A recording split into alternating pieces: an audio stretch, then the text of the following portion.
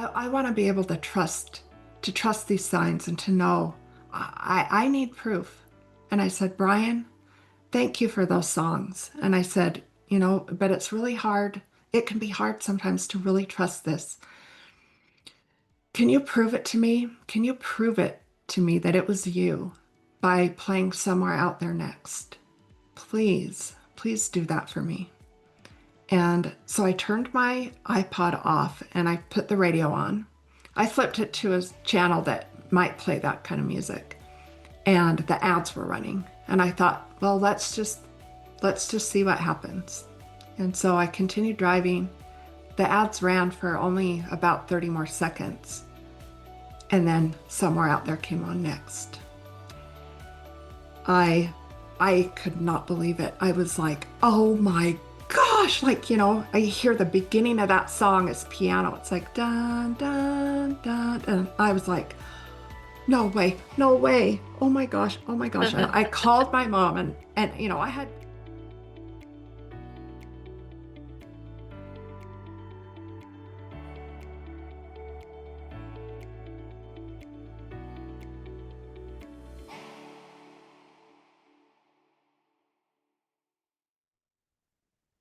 Welcome to the Light the Day podcast, where we explore spiritually transformative experiences.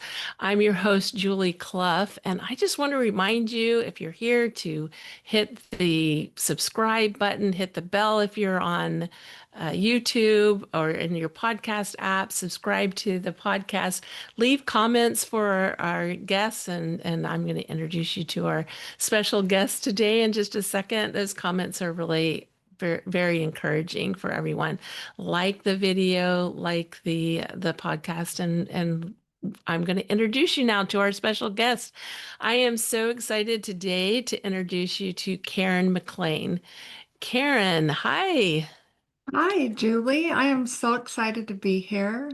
I Thank am you so much for having me. I am thrilled to have you here. Me I too. really resonate with your story so much and your experiences, and so I'm thrilled to be able to introduce you to everyone. Before Thank we you. get started and going back and talking about your spiritually transformative experiences, uh, just give us a little introduction. Tell us a little bit about you and what you're doing now. Well, again, my name is Karin McLean, and I live in Utah in a little town called Linden. And I recently wrote a book. It was published in May, and it's titled Bright Days Do Come. And it was 33 years in the making. So I never really planned on writing a book, but it all began with a poem that I wrote while recovering after a tragic accident. And the last line of that poem, when I did start writing my book, that last line of the poem, I just knew was the title of my book. Such So a I never, beautiful title. thank you. Brighter days do come. Did I Oh, say that right? bright days do come. Bright days do come. Okay. Yeah, Love that. Love yeah, that. So thanks. hope-filled.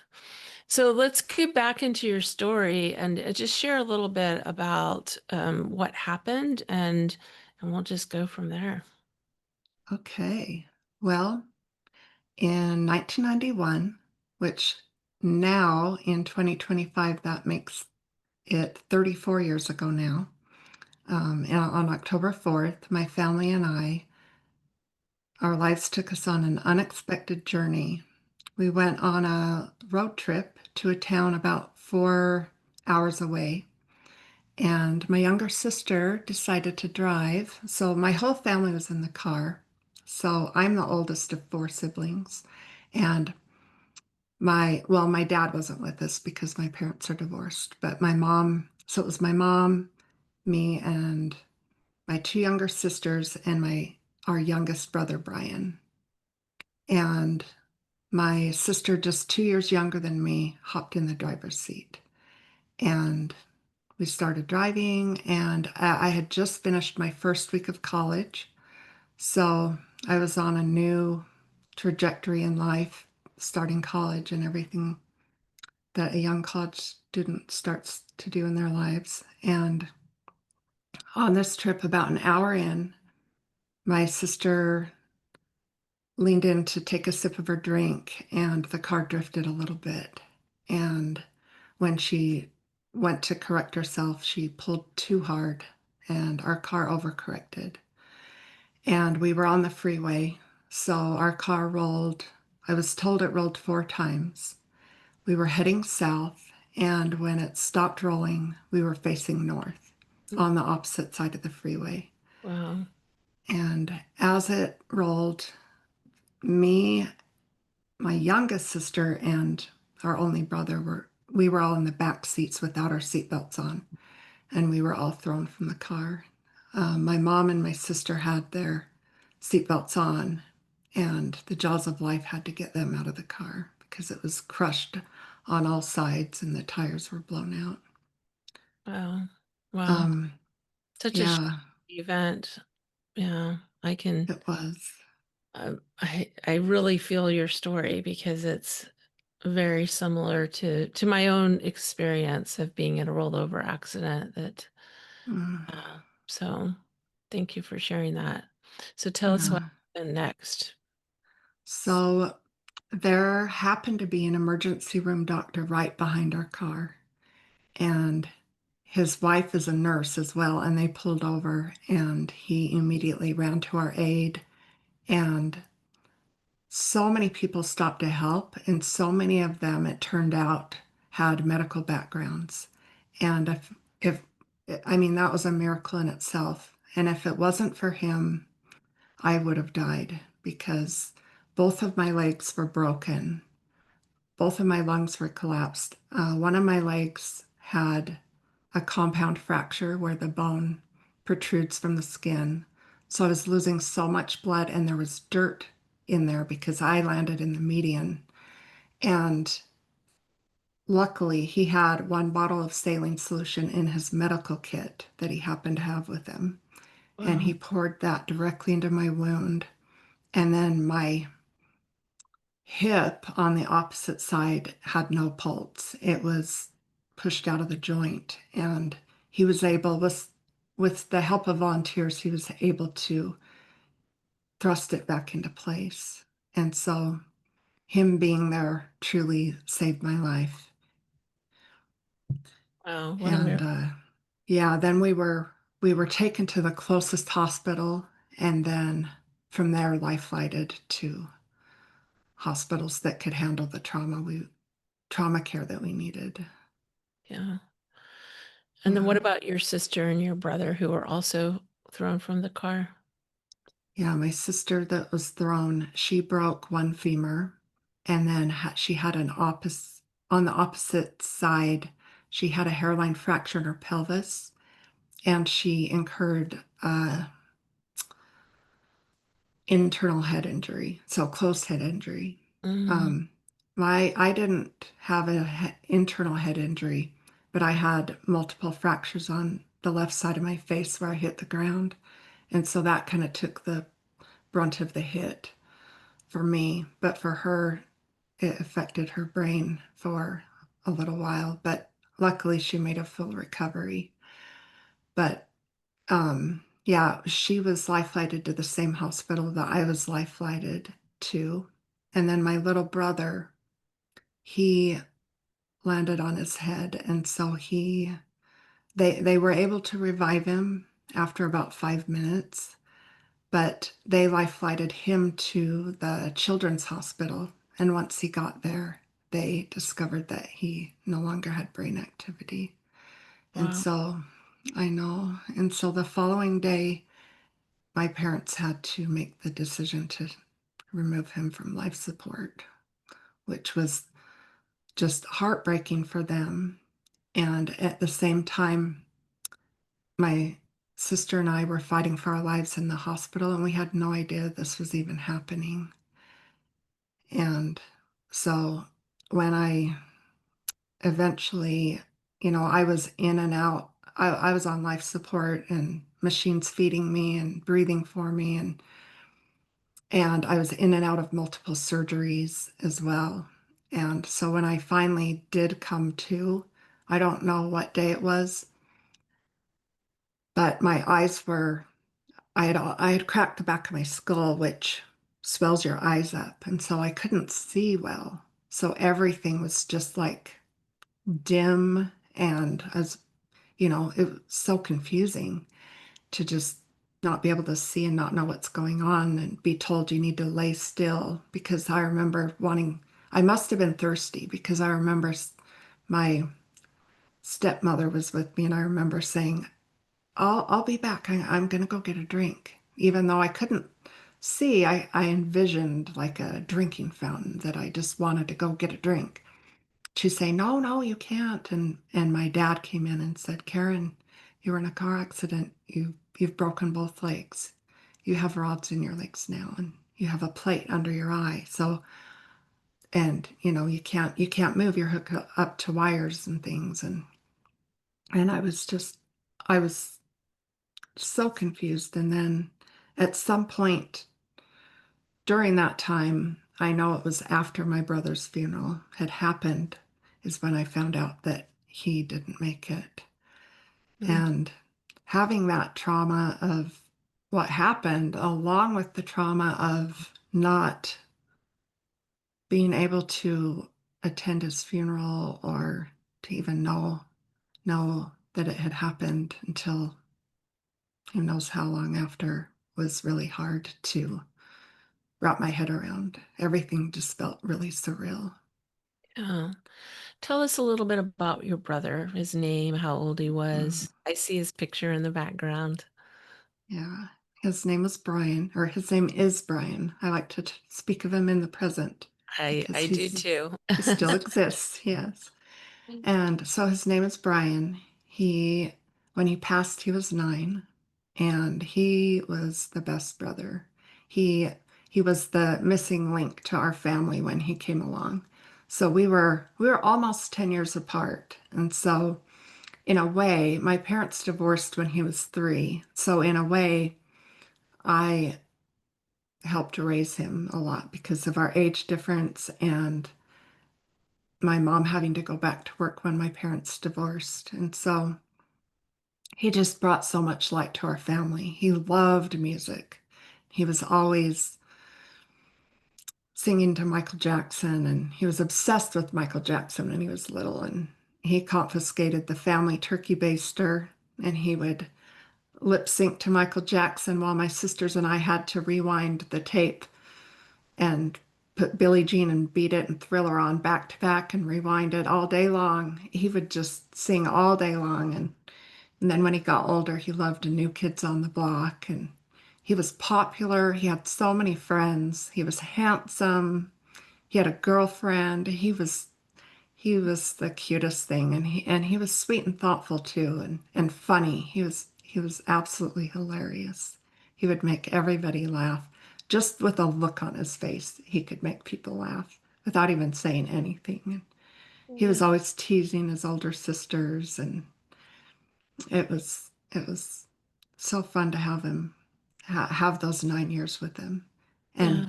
And for a long, long time after the accident, I would tell myself, geez, I only got 9 years with my brother. But as the years have passed, I I've changed my perspective now to say I got to have 9 years with my brother. Oh, I appreciate that so much because I often say if I had to choose between not being my kid's mom or having them for 8 and 10 years, I would choose those 8 and 10 years over and over and over again. So Mm, I really, really appreciate that perspective because I think that's just a beautiful, yeah, it's just a beautiful thing. And thank you for bringing him into the room and yeah. for us so we can get to know him. I love that his picture is behind you there and the beautiful Thank you. lights highlighting that picture. It's so, so beautiful. Oh, What thanks. was your experience um, as you were recovering and as you were assimilating this loss and trying to understand it? Mm. Yep. It was it was really hard, and it was, you know, not only would it have been hard if I was at home and back into my daily surroundings, but it was hard being in this different place. I was in the hospital for 2 weeks, and then I was immediately or directly from the hospital transported to a rehab where I lived for the following 3 months. So I never went home in between. And so being in these different surroundings and having nurses come into my room all the time and injecting me with blood thinners and then having to do physical therapy and occupational therapy multiple times a day, and then visitors popping in. I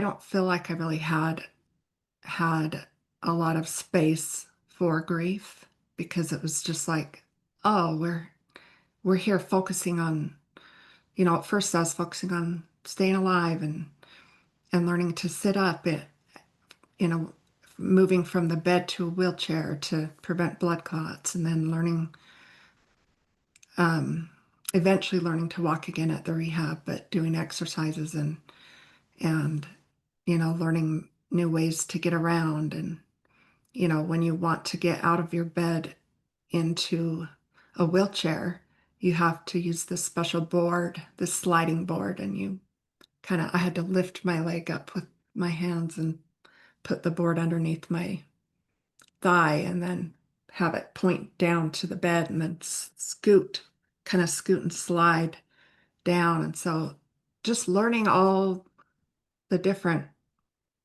things I had to learn just to exist kind of took away from like focusing on that. And I wasn't home. I was in this new place. So it was it was really kind of, I feel like, a unique situation to where I it was kind of not the grief wasn't my main focus because I it was just my world was turned upside down and I was focusing on all these other things.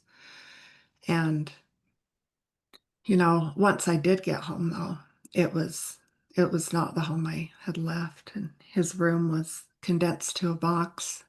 And so I never even got that closure of going into his room and seeing it one Wow. last time.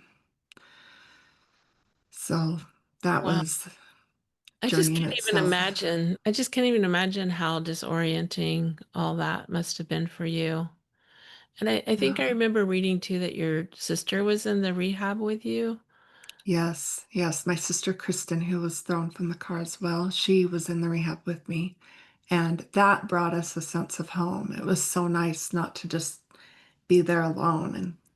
And so we could laugh together. We did our physical therapy together. We made some friends in there, and we would do things to when we'd get stir crazy, we'd go around the rehab, and they had whiteboards around the rehab that would have different activities listed, like outing on this date, going to the park, and we'd grab a pen and we'd write silly silly activities and like skydiving and Grateful Dead concerts, just so that when people would walk into the rehab, we could, like, visitors would come in, we could imagine them looking at that and thinking, what is going on here? And it was just something that helped bring a little laughter into our lives after going through all of that. Yeah, for So sure. For sure. yeah. Yeah. So as you began to move through this loss, how did this affect you spiritually? Like what had been your spiritual background and what ended up evolving from that spiritually? Because I just don't think we can have a loss like that without touching the spiritual. It's almost impossible. Yeah, exactly. It really is. I feel like it is. Yeah, so I was raised in the LDS church, and I had been a really good rule follower all of my life in the LDS church. I did the things I was supposed to do. I didn't do the things I wasn't supposed to do. I was a seminary graduate, and once we were in the rehab, my mom told me that they held a sacrament meeting there on Sundays, and I was really excited. I was like, "Oh my gosh, I will be there." And so I went, and I was taken aback when I sat there in that meeting in my wheelchair, and everything felt different. It just, something was missing.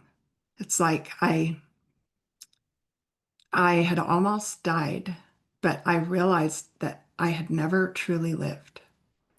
And I, it kind of, everything just kind of hit differently. And I had realized that, didn't, I didn't, I had just followed a path, and I hadn't carved my own.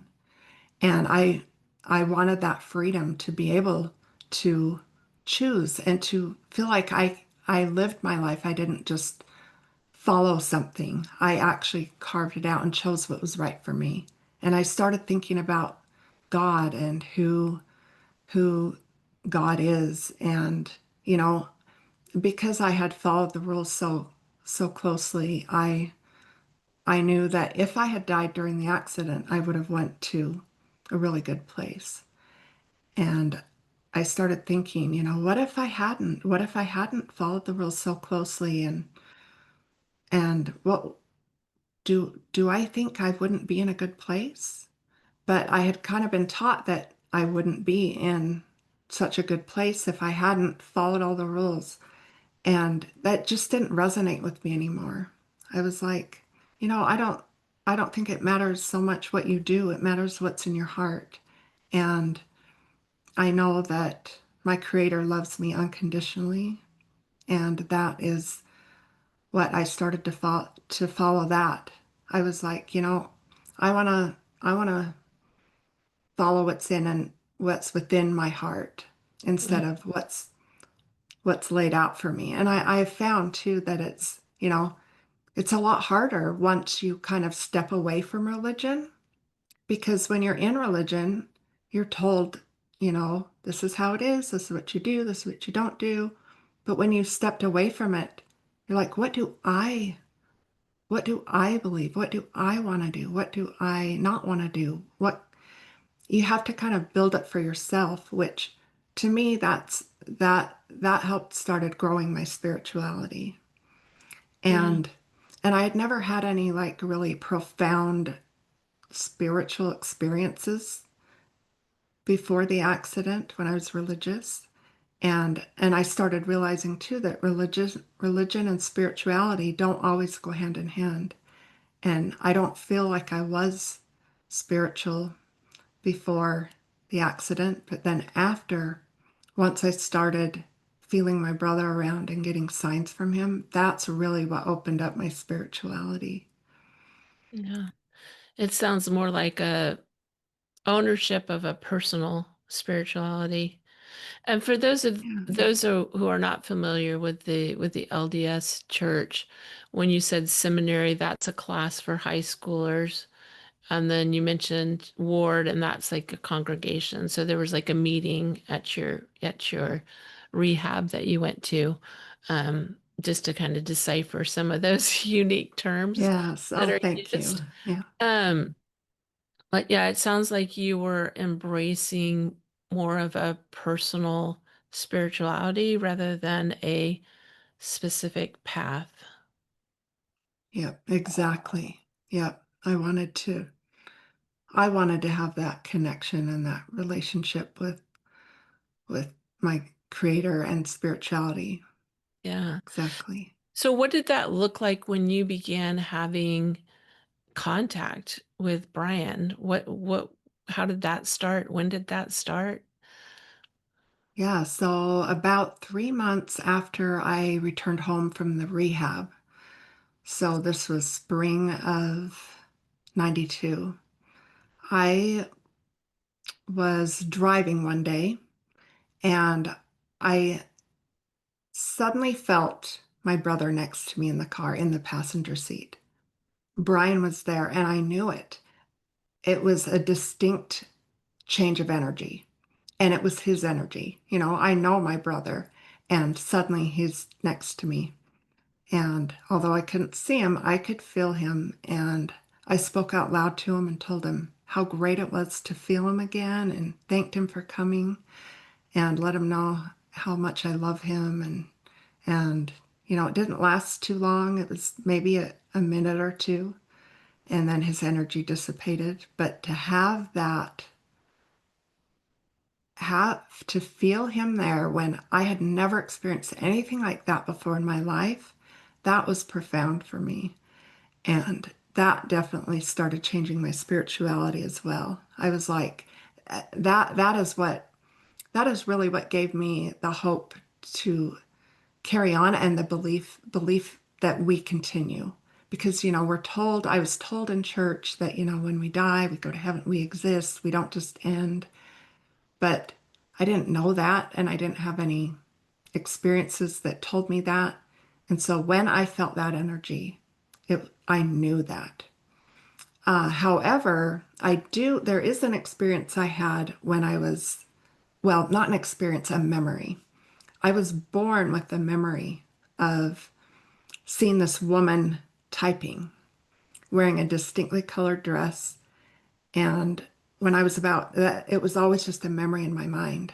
So when I was about 11, I came to my mom and I told her, Mom, I've always had this memory and I don't know what it is. And she said, Well, describe it to me. And when I described it to her, I told her, there's this lady typing and she has dark hair that's twisted up in a spiral because I could see it from above. And the flooring were these big white squares, like big white tiles. And her jaw dropped as I had just described the office she worked at as a secretary when she was pregnant with me. Wow. Wow. So, because I'd always had that memory, I did know that we existed before we came here. And I figured that I know that we existed because of that memory, and there's no way we're not going to exist after. So I did have that belief, although I had never felt spirit. So when I felt my brother's spirit that day, it just, that was the confirmation I needed that, yep, we do continue on. We don't just disappear. It's so interesting because you have this pre-birth memory, and so interesting Mhm. the perspective that you saw it from, like from above her. I Yeah. remember in your book you even described like what she was wearing. Uh-huh. Yeah, because I Uh, could see her shoulders from above, and it was a light pink. It wasn't quite light pink and it wasn't quite lavender. It was like this distinct kind of marshmallowy mhm. color, pastel color. And so when I described it to my mom, she showed me a picture of her in that dress.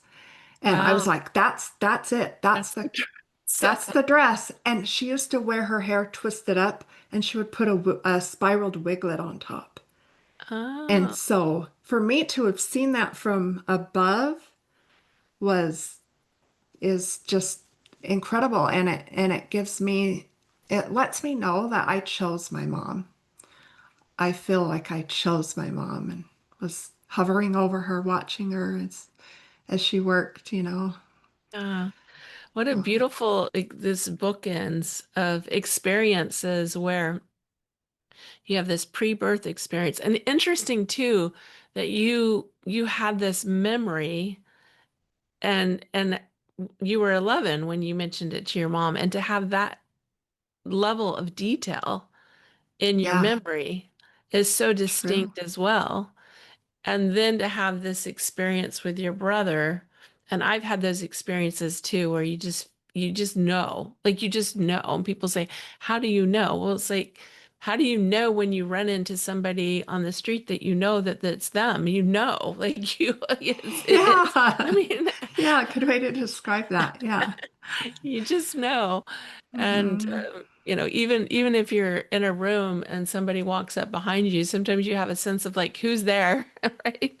Yeah, so Yeah, so exactly. really interesting. And then you have this kind of bookends experience where it's like pre-birth and then after, from the other side.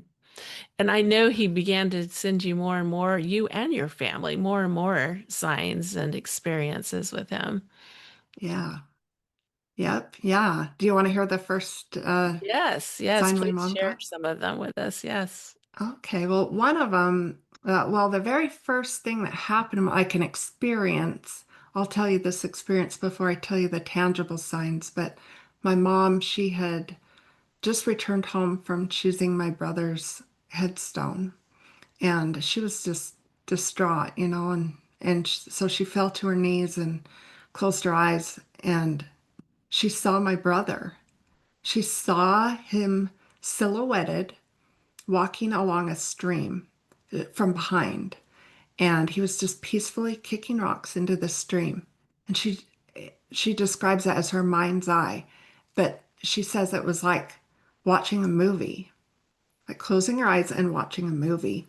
Mm, And she just sat there as long as she could, and for a minute she opened her eyes and she thought, "Oh, I hope he's still there." And she closed her eyes again and he was still right there kicking the rocks. And she kept thinking, turn around, I want to see your face." And he didn't, but the fact that she was able to see him walking along peacefully brought her so much comfort. yeah. And How long was that after the accident that happened? Do you remember? yeah, that was uh well, it was when, as soon as the snow melted, she had went to pick out his headstone, and our accident was in October. So Okay. this was probably in March or April. Okay. So about, Yeah. yeah. So about 6 months after. Mhm. Yeah. And then a neighbor came to my mom after the accident and said, "Hey, Irene, I wanted to let you know that a day or two before the accident, Brian came to my door, and he just came by to visit. And I asked him if he had taken a bath, if he had just taken a bath, because he was glowing. And he said, "No, I didn't," and when he just stayed for a few minutes to visit, and when he turned to walk away, she said, "Are you sure you didn't just have a bath?" And he said, "No, no, I didn't." And she just marveled at him, the luminosity and glow around him as he walked away. And she just kind of shook her head and thought, huh. But then when the accident happened, she realized that glow around him was signaling that he was going to be returned home, because that glow was undeniable. Yeah. And when she shared that with my mom and my mom shared it with us, that has brought us a lot of comfort as well, to know that, you know, it we really don't feel like it was an accident. We feel like it was his time. Hmm. And so that's brought us a lot of comfort. But the very first actual tangible sign that my mom received, the very first one. And what happened was, she was sitting at our dining room table. She was alone, talking on the phone to her brother and doodling on a piece of paper. And as she doodled and talked, one single drop of water landed on this piece of paper.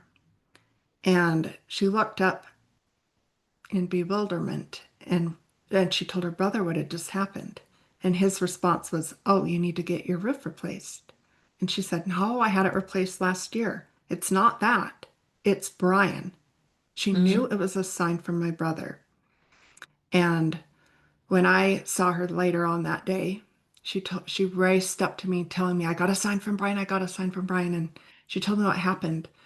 And I was very skeptical. I was very supportive of her, but I was really skeptical. And I'd never heard of a drop of water as a sign in the first place. And I questioned her, "Are you sure there wasn't a glass of water next to you, or, you know, something around that could have caused that to happen?" And she said, "No, no, I know it was Brian."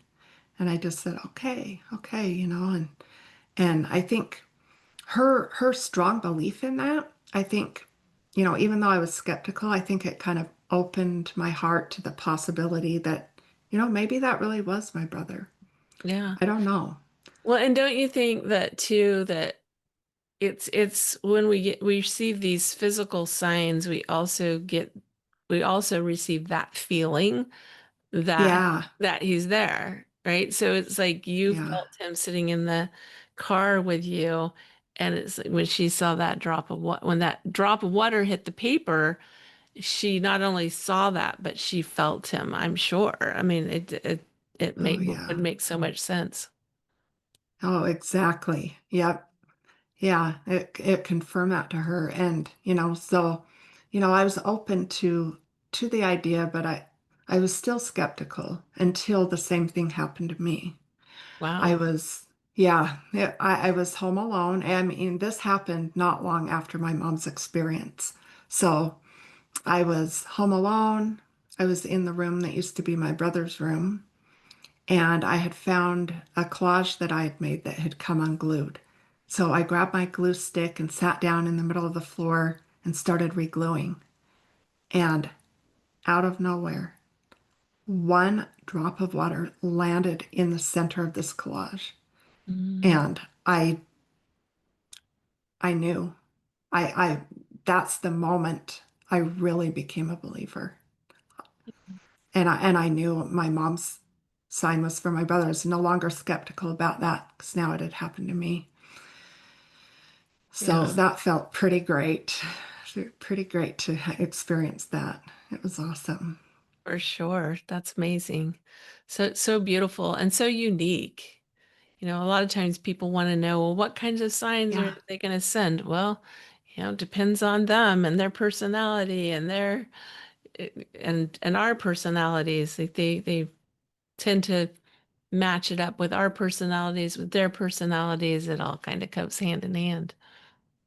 Yeah, they really do. And I had never heard of this drop of water thing, but this had happened to my family and I, and we've had other instances with drops of water as well. And so when I was writing my book, I was like, I'd never Googled, is the drop of water a thing? But I found several threads where people have experienced the same thing. But it's Interesting. not super common, but it is a thing. And interestingly, since I've written my book, I've had several people experience drops of water. And so, in a way, I feel like I'm spreading some awareness about this phenomenon that I think a lot of times could be missed. Like, oh, what's this drop of water? And it's not seen as a sign, but it really is. And as an example, I have a friend who she lost her mom, and I write about this in my book too, but she had lost her mom about a month ago, and at this time, and we were together out running some errands. And as we hopped into the car, she said, "Oh, that's weird. A drop of water just landed on my arm." And she said, there's not a cloud in sight."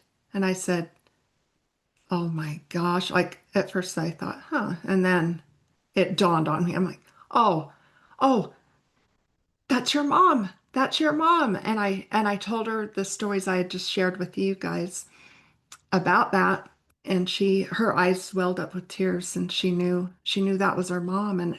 And to me, I think it's amazing that I can just picture her mom wanting to reach out to her daughter and let her daughter know that she's there. And I can imagine her saying, "Okay, how am I going to do this? How am I going to get her attention?" Well, she's with Karin, and Karen's brother, her Brian's in spirit. "Brian, come help me. How can we get her attention?" "Well, my sister will recognize the drop of water. Let's do that one." So I think it's cool that they can give signs through other people. And that experience was just so neat to have my friend experience a drop of water too, and to know that her mom was around. Yeah, that's beautiful. Yeah, and I know that you know, even before we hit record, you mentioned that you feel like that's part of your mission is to share these experiences to open people's eyes to the connection that we have with the other side and the signs that our loved ones are sending. And so we really appreciate that you're doing that because I'd never heard of a drop of water before I read your book. So I thought Yeah. that was really fascinating. Were there other signs that you were receiving or your family was receiving? Well, um, that was so that one, the drop of water was, the first tangible signs we received. And then, because of all the grief that I had repressed from my brother, and I had never really allowed myself to feel the pain of his grief because once I got home, like life started marching forward. I was still going back and forth. My mom was taking me to physical therapy because I came home. I was still in a wheelchair when I got home for a Mm, while, and and then once I learned to walk again, I went back to college, and my life was moving forward. And one of the ways I coped with all of that and with the loss of my brother and never really receiving therapy for any of it. I got physical therapy, but never counseling or emotional therapy at all. And by this time, I had turned 21 and I had access to alcohol. And once I discovered it, it helped numb my pain. And for about 10 years, I drank heavily, about 4 days a week. I was out partying at clubs, drinking heavily, numbing my pain. And during that time, I really wasn't getting tangible signs from my brother. And my family really wasn't either. There was kind of like this 10-year-ish gap where we really weren't getting a lot of signs. Although I had two very strong instances where I received guidance when I really, really needed it. So I believe like before we come down here to this earth, we choose certain landmarks we want to hit. And I kind of view it as like looking at a map. You look at a map and there's, marriage, kids, college, job, da, da, da, all the certain things we want to do in life. And but when we're down here, we don't have that view of that map anymore. We just see the road in front of us. But when we get lost and we're getting off track to where we need to be to hit those landmarks, I believe that spirit can come in and give us kind of redirect us, help us get back on track. And so I had gotten into a relationship that just wasn't good for me. And it was, I was out drinking and he was drinking and just life, I wasn't in a good place in life. And, um, it was just one of our typical nights out. And I was, even though this relationship wasn't good for me, I was set. I was set on this guy. We had been dating for 4 years. I wasn't going to give up and I was going to make this work. And we were out at a bar one night. His band was playing and he was up there singing. And suddenly, time seemed to move in slow motion. It was the most surreal experience. Time to slow down. And I looked around and I was taking a good hard look at what was going on and it wasn't good. And a voice came into my mind and it said, "You don't have to live like this. Your life could be so different." And right away I thought, "You're right." It was almost like I got slapped in the face with reality. wow. And and I, then things started going in back to normal motion. It wasn't slow motion anymore. And I thought, wow, what was that? You know, I agreed that it was, I said, you're right. That I wouldn't say that to myself. And I wouldn't think to myself, your life could be so different. You don't have to live like this. So the fact that it was, I was getting this message in second person, and the fact that I thought, oh, you're right. I knew it didn't come from me. And that message woke me up from this daze I had been in this relationship. And, I looked at the other things and analyzed what was going on. And within a month, I ended that relationship. And if I hadn't have gotten that message, I don't know if I would have. So it was crucial. And so I feel like, I can't say that that was Brian. I can't say it was my future kids or God or I don't know what it was. So for me, or my angel spirit guides, angels, I refer to all of these heavenly beings as divine spirit, which includes my brother, which includes my higher self, which includes just everything divine. I call it divine spirit. So I know that whatever part of divine spirit that was, I was guided to that decision. And so that was during those years I was drinking, I did get that sign. And then as a little bit more time went on, I was born with a mitral valve prolapse. So my mitral valve leaks, and I had been told that it was inevitable that I would need open heart surgery at some point. Mm. And I was going along in life, still drinking and stuff. Um, but my heart, it started acting up like, because it would already like palpitate. It would start racing sometimes or skip a beat. And so I was used to how that felt. But suddenly my heart would start pounding. Instead of racing, it would pound. So, Mm. like, I remember grabbing my mom's hand one day and pressing it to my chest and saying, do you feel that? Do you feel how hard my heart is pounding? Because I was just sitting on a couch next to my mom. We were watching TV, relaxing, and it started pounding. And she's like, yeah, I feel that. And I said, oh, I hate how this feels. I don't want to, I don't know if I can live like this. I need to get this looked at. So I went into the doctor and they looked at it and did some testing and I had to wear a monitor and they found that my heart had enlarged a little bit. And but because I'm a woman, they want ideally they like a woman to be finished having children before she has open heart surgery because if they can't repair the valve, you either have to get a Pig's valve replacement, which only lasts 6 years, and that can affect your fertility because you might be pregnant at that time, and then oh, you need heart surgery again. And the other option is a mechanical valve, and the mechanical valve requires heavy blood thinners to be taken for the rest of your life, which cause birth defects.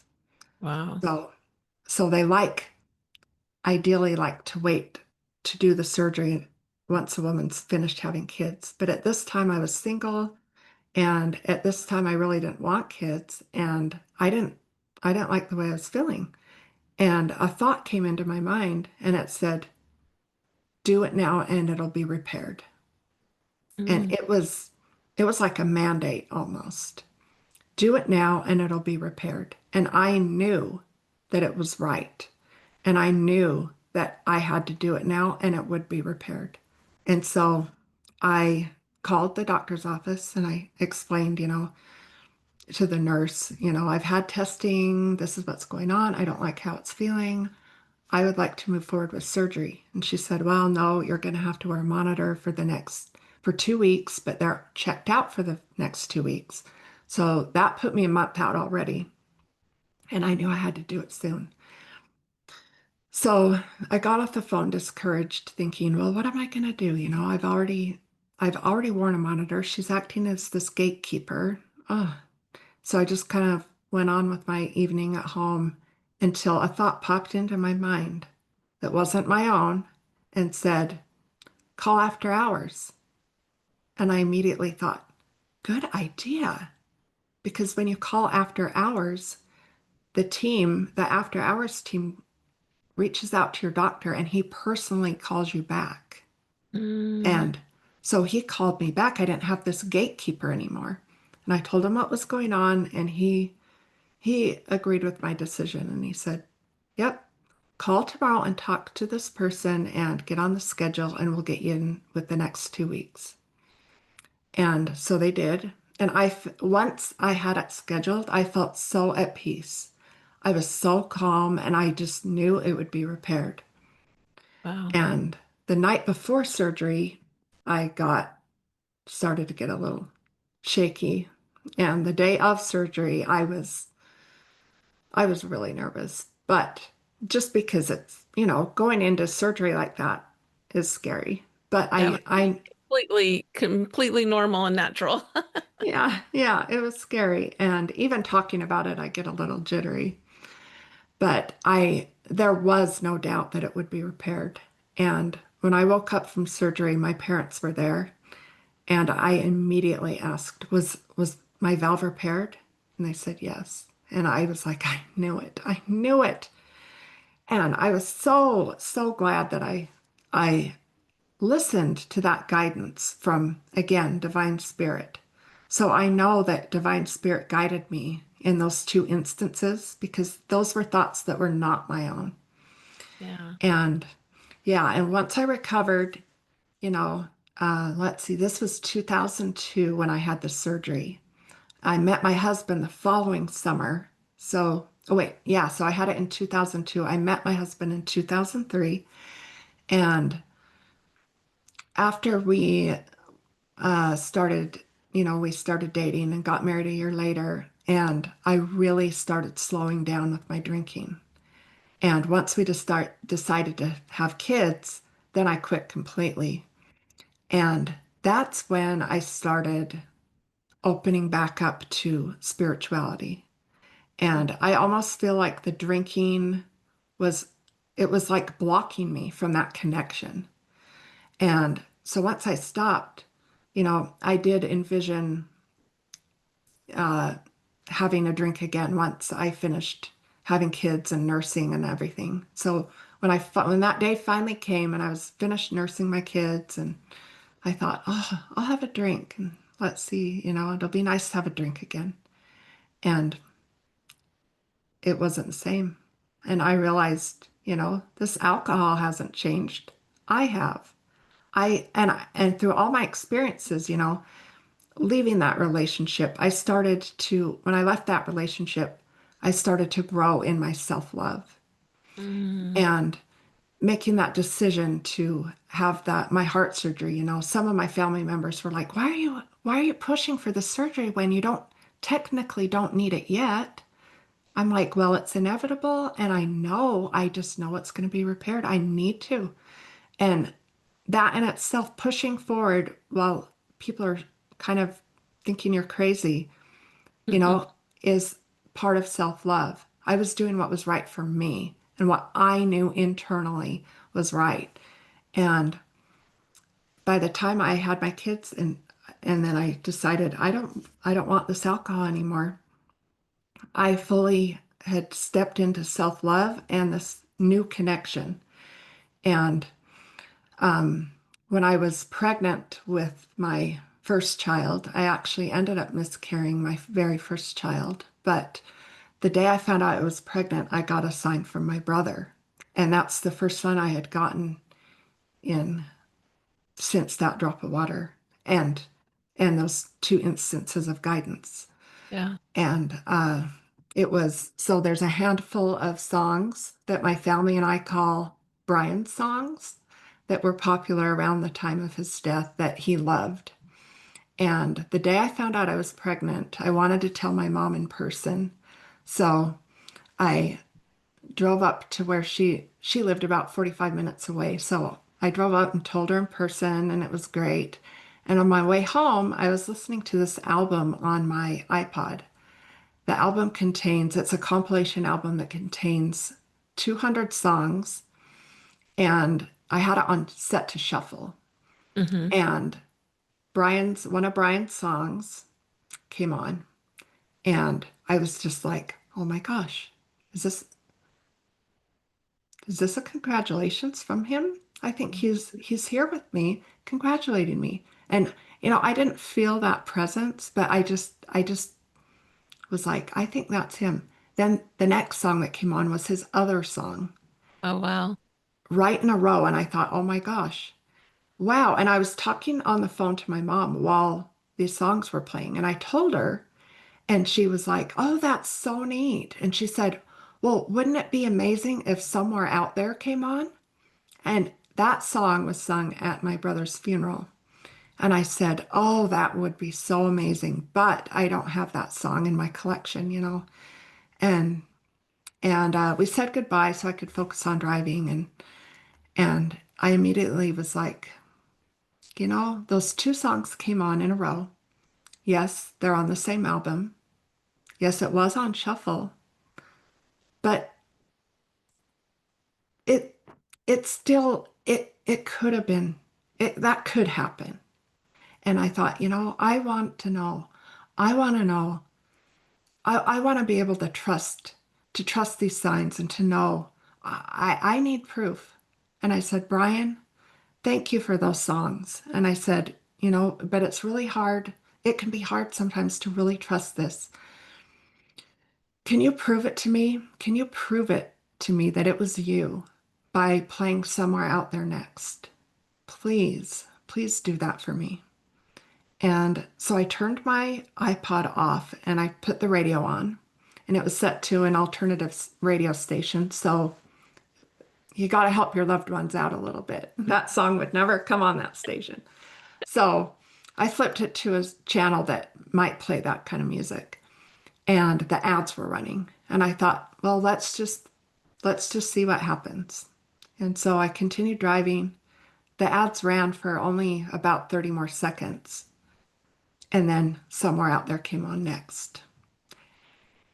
I I could not believe it. I was like, "Oh my gosh." Like, I hear the beginning of that song as piano. It's like dun dun dun dun. I was like, "No way. No way. Oh my gosh. Oh my gosh." I called my mom, and I had not ended that phone call with my mom with it had only been a minute or two, and I'm calling her back, and she's like, yes, what's going on? And I said, Mom, I put it to the test.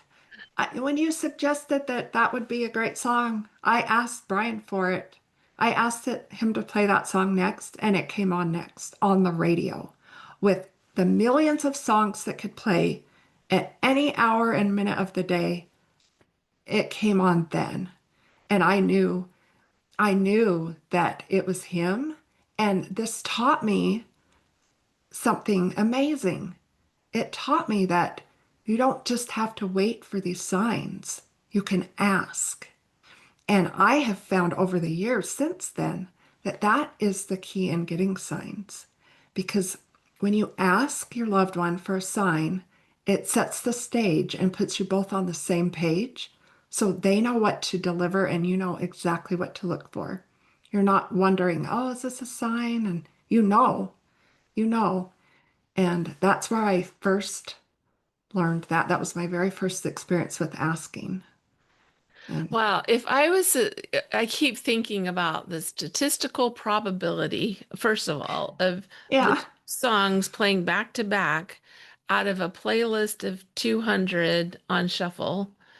And that's a pretty high, you know, uh number as far as the probability of that happening. It's like one in, I don't even know, but it's thousands, right? And so for that to have happened, and then you start thinking about the statistical probability that turning on the radio, you're going to hear the song that you want to hear, but you put both of those things together, it's just almost impossible. It's like one over yeah, infinity.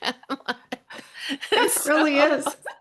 so it's beautiful. It's beautiful. Wow, what an experience that was for you. And I just want to honor your honoring these signs because I feel Mhm. like we have signs all the time. I always wonder how many signs am I missing?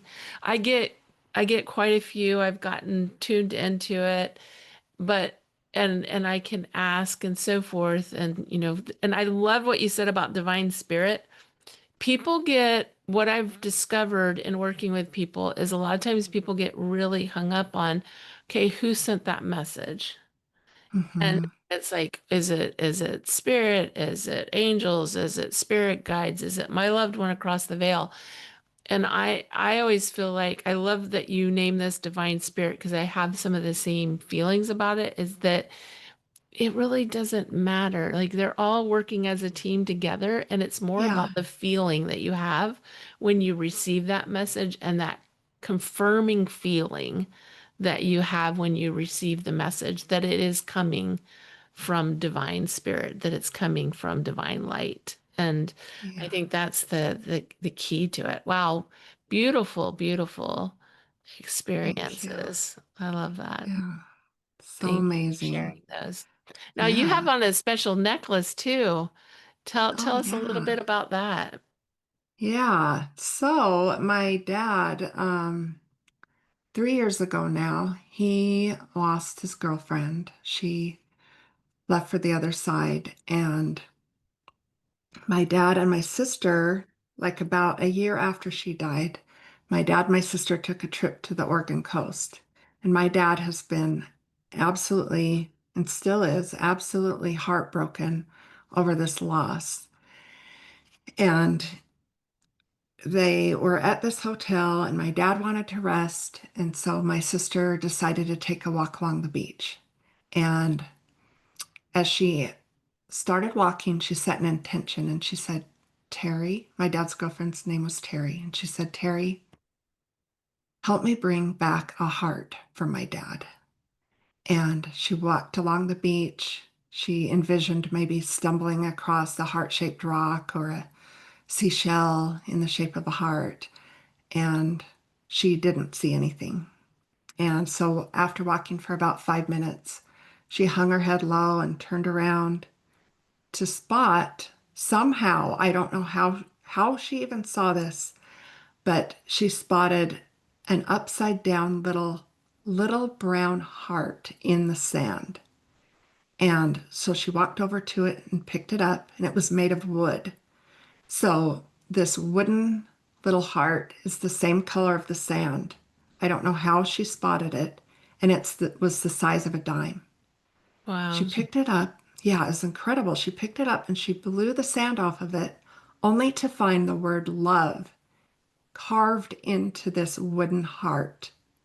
She could not believe her eyes. An entire beach full of sand. She finds this tiny dime-sized heart in the sand, camouflaged with the color of the sand, picks it up. There's the word love in it. She was so astounded. She started digging around in the sand where she found that heart, and she happened to find three more, Wow. totaling, yeah, totaling four hearts, which represents my dad, me, and my two sisters. And she brought this back to my dad at the hotel and told him what had happened. And he was just mind blown.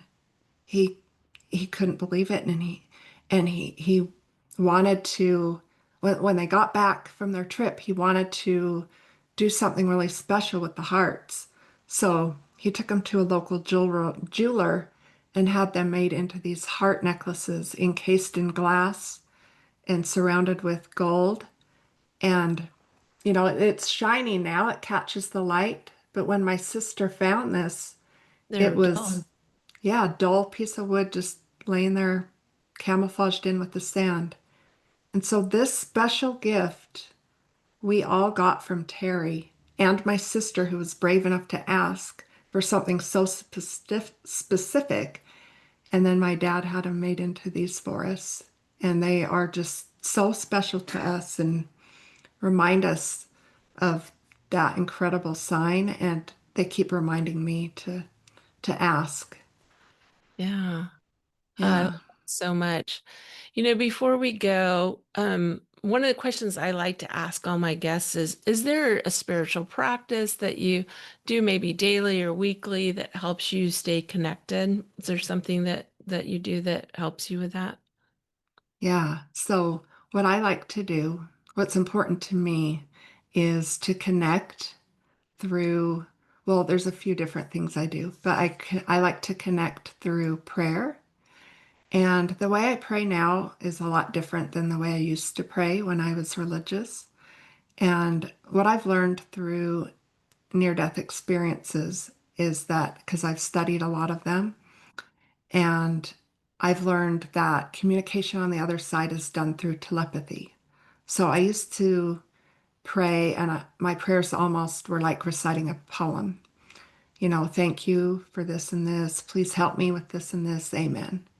But now I lay down and I just I feel like telepathy, focuses on your feelings, not even so much your thoughts, because words or thoughts, it's what's in your heart. So I lay down and I just fill my heart with the things I'm grateful for and the things I need help with.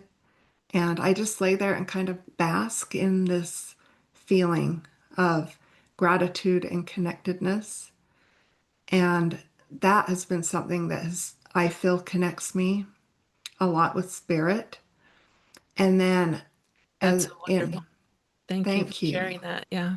Yeah. And then in my day-to-day life, I try to take some time to really, day-to-day life's so hard because we've got things coming at us every second, and we're busy and we've got thoughts going through our minds. But I try to just really take a deep breath and focus on what I'm doing. Like focus on those dishes I'm doing and try not to think about anything but the dishes I'm doing. Go on a walk and just appreciate nature and look around me at the beautiful things that I see. And that presence and kind of clearing the mind help me connect. And then the other thing I do is every night I have a journal next to my bed that is specifically just for gratitude. Mm. And science has proven that if you write down 3 things a day that you're grateful for, it helps rewire the brain and it helps you become so much more positive and see the good in things. And so every day I write 3 things down that I'm grateful for. And it's really nice, a nice practice. I've found it really does help me to become more positive. And I really like looking back through it because the things that I've written down that I'm grateful for are kind of things that were happening at that time that I'm extra grateful for. And it reminds me of all those things. So even though it's not like a journal, it is in a way because I look back and it reminds me, oh yeah, that was going on and I was extra grateful for this when that was happening. And Mm. so, Actually, as you were saying that, I was thinking, I will be writing down I'm grateful for Karen today. oh, that's This so nice. connection, and making this connection. We were introduced through a mutual friend, and I'm just really grateful to have this connection and to have you sharing with us today.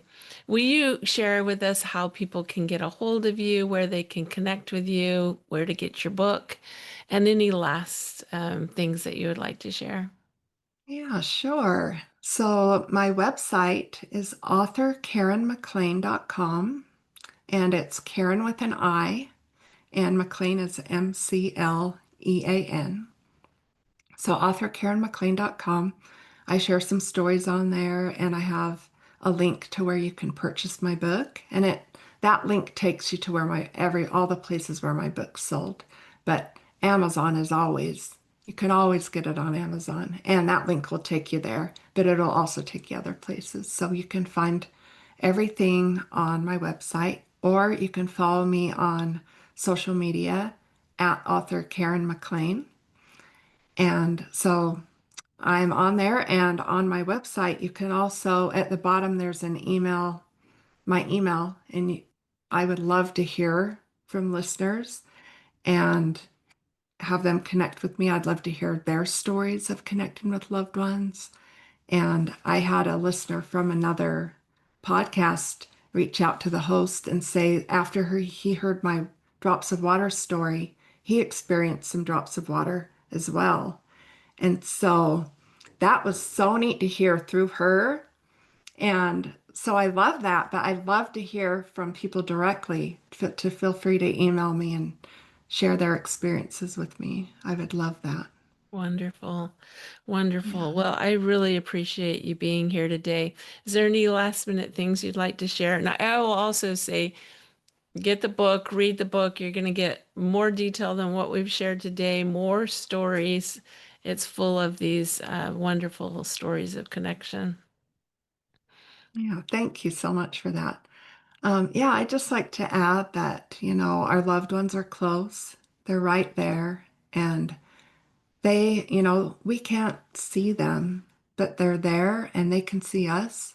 And they want to see us living our lives. They want to see us being happy and smiling, and just to remember, you want to feel that connection, ask for those signs and look for them and be aware that, if you ask for something like, say you ask for a bird, a particular bird as a sign, you may not see that bird in real life. A bird may not come right up to you. It could, but you also might see it on a billboard, or you sit down to watch a movie that night and a bird hops across the screen, or you're reading a book and they're talking about this type of bird. So signs can come to you in many ways. They aren't always like completely literal. So just to be aware of that, I think would help listeners to remember that signs come in many different ways. Love that. Thank you, Karen. Sure appreciate you Yeah. being here today. It's been a joy. Oh, it has been. And I'm going to write in my gratitude journal that I'm thankful for you, Julie. Thank you so much.